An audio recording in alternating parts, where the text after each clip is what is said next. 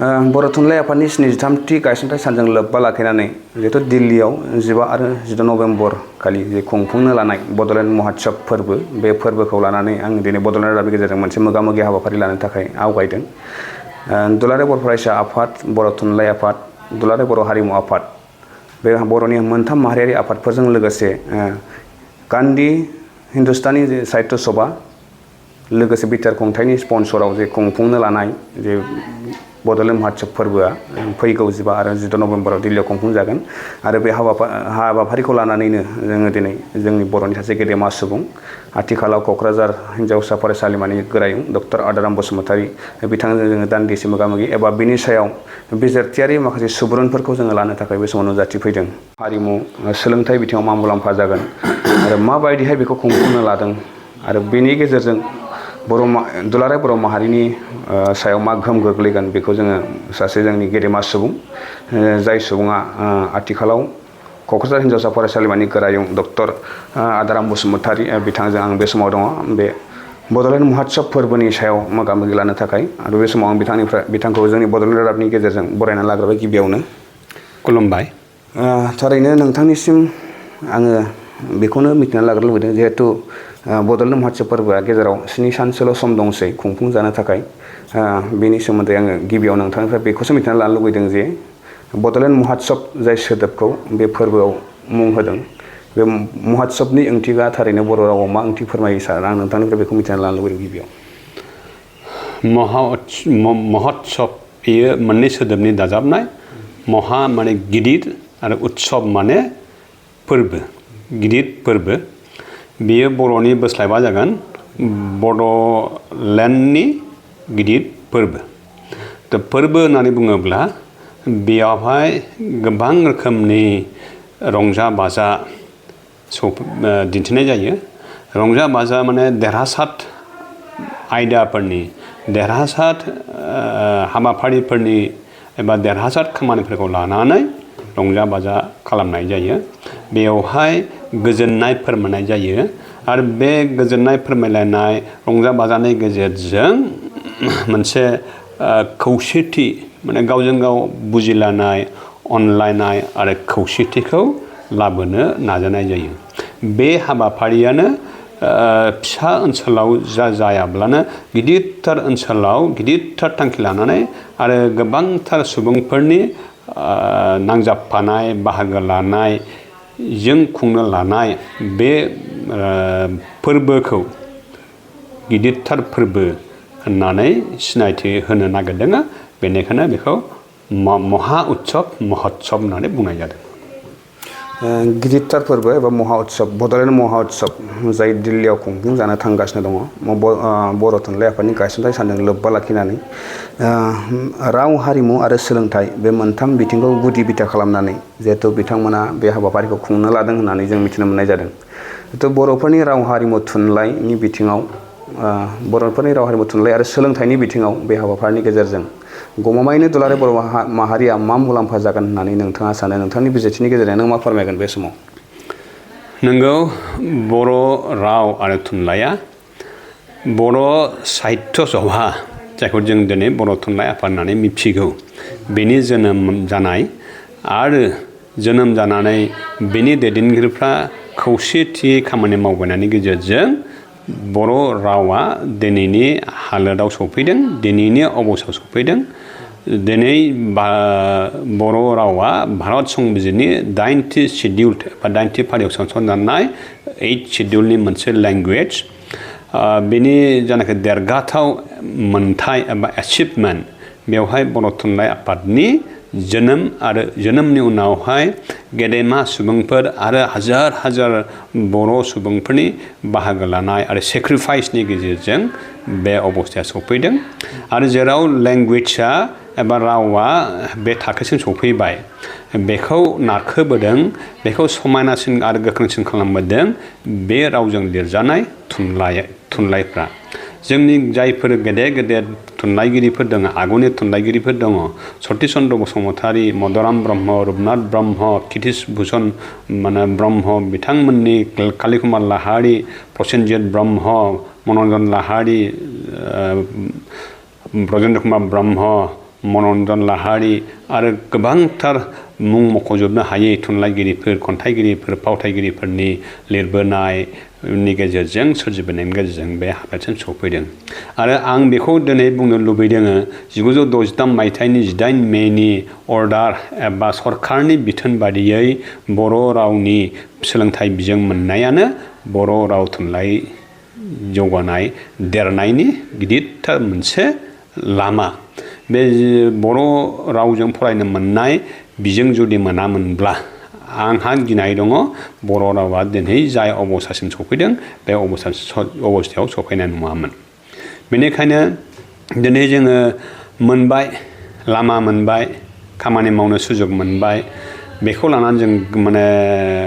गोग्गानोबो जों सुजुग मोनबाय जोंनि साननाय हनाय मोनदांथिफोरखौ लानानै थुनलाइ सोरजिनोबो जों हाबाय आरो गावजों गावनि गेजेरावहाय बे रावजोंनो जोङो रायज्लायनो हाबाय आरो जों मिथिनायावहाय जोंनाव फोरमान दङ जोंनि साखाथि फाखाथि थानाय गुबुन गुबुन हारिनि सुबुंफ्राबो बर' रावखौ मोजाङै माने रायज्लायनो रोंसिनबोबाय बर' बिजोंजों फरायनाय बर' रावजों फरायनाय नेपालि सुबुंफोर दङ सान्थालि सुबुंफोर दङ मुस्लिम सुबुंफोर दङ बिथांमोनहाबो बर' रावजोंनो बर' बिजोंजोंनो साफा सानै फरायनो हमबाय बे जानाखि ट्रेन्ड एबा बोहैथि दाहार बियो फैबाय थायोब्ला मोनसे समाव बर' रावा आरो गोजौनिफ्राय गोजौसिम दावखोलांगोन होननानै आंहा फोथायनाय दङ बे बर' राव आरो थुनलाइनि जानाखि जौगानाय बेखौ जोङो जोंनि गेजेरावल' लाखिबाय थायाब्लानो बायजो मुलुगनि गेदेमा सानसुमै सुबुंफोरनो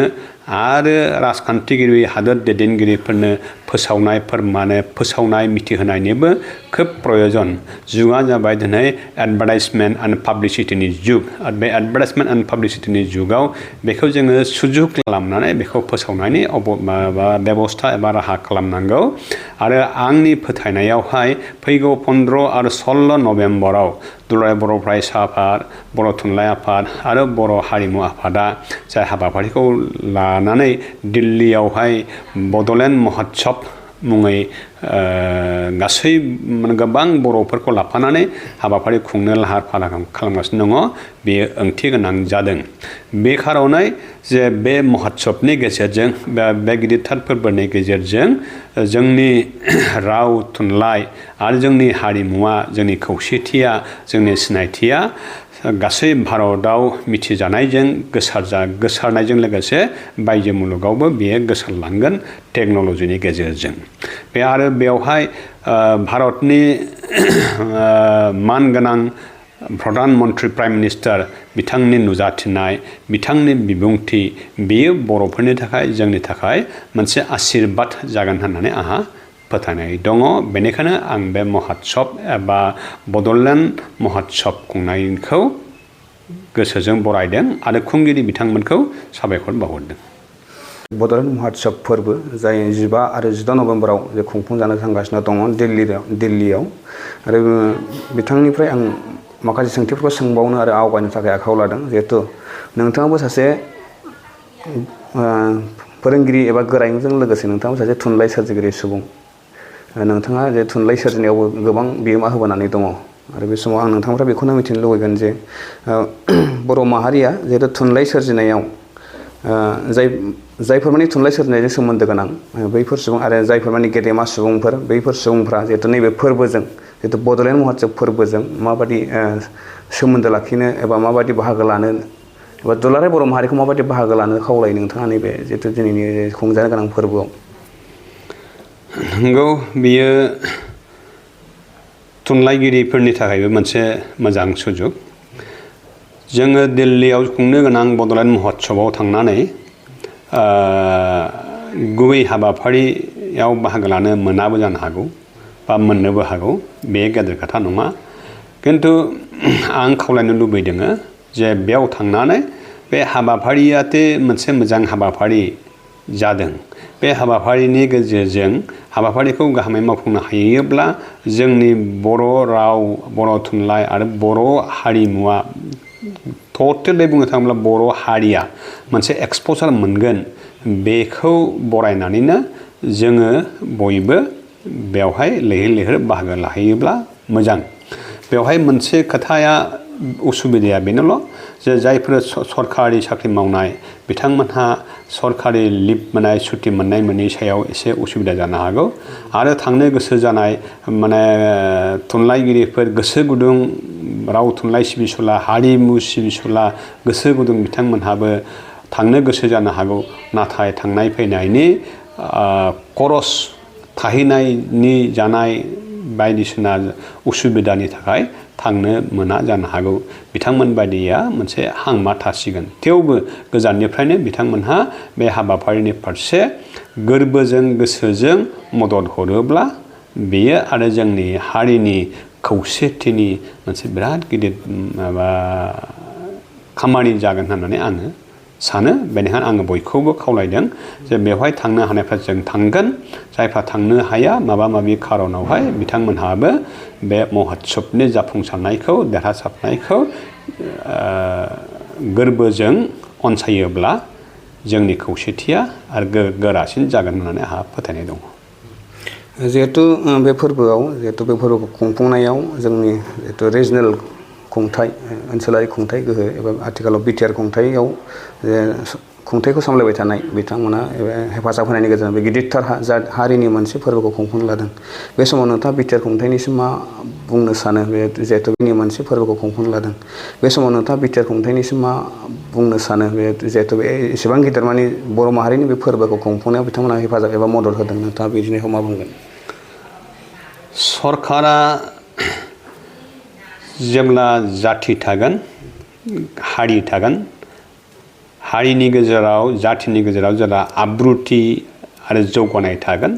होमब्लासो सरकारा खामानिखौ मोजाङै मावलांनो हागोन सरकारनि जायफोर एजेन्डाफोर बेफोरखौ गाहामै मावफुंलांनो हागोन बे नोजोरखौ लानानै जानो हागौ आथिखालनि बिटिआर सरकारा बिटिसिआव थानाय बा बिटिआरनि सिङाव थानाय गासैबो हारि माहारिनि सुबुंफोर आरो जुनियायै बर' हारिफोरखौ लानानै बर'नि राव थुनलाइ आरो हारिमुखौ जथाय खालामनानै दिल्ली बायदियावहाय बर'नि एक्सप'जार नागिरनानै खुंनो लानाय हाबाफारिया माने बाख्नायथाव जादों बेयो बिटिआर सरकारनि स्पन्सरशिपआव जानाय मोनसे बुंनो थाङोबा सेमि गभर्नमेन्ट प्रग्राम बेयो मोजां जादों बेनि गेजेरजों जोङो जायफोर गोसो गुदुं जायफोर हारि सिबिनो गोसो गुदुं जोङो बेखौहाय बाहागो लानानै फेरलेबसे हारि जौगानायनि फेरलेबसे सहाय मदद होनो मोननायनि सुजुग बे सुजुगखौ होनायनि थाखाय आङो बिटिआर सरकारनिसिम गोजोननाय आरो साबायखर बावहरबाय गोजोननाय थाबाय बिथां डक्टर आदाराम बसुमतारी आथिखाल जे क'क्राझार हिनजावसा फरायसालिमानि गोरायुं आरो बिथाङा सासे थुनलाइ सोरजिगिरिबो आरो बिथांजों आङो बे समाव जिहेतु दिल्लीयाव 15 आरो 16 नभेम्बराव खुंजानो गोनां बड'लेण्ड महोत्सब फोरबोनि सोमोन्दै बिथांजों दान्दिसे मोगा-मोगि लानायाव आंनो बेसेन गोसा समखौ बिथाङा होनायनि थाखाय आङो जोंनि मानगोनां डक्टर आदाराम बसुमतारी सारनिसिम साबायखर जासिदों आरो बे समाव दिनैनि मोगा-मोगि हाबाफारिया बेखिनियानो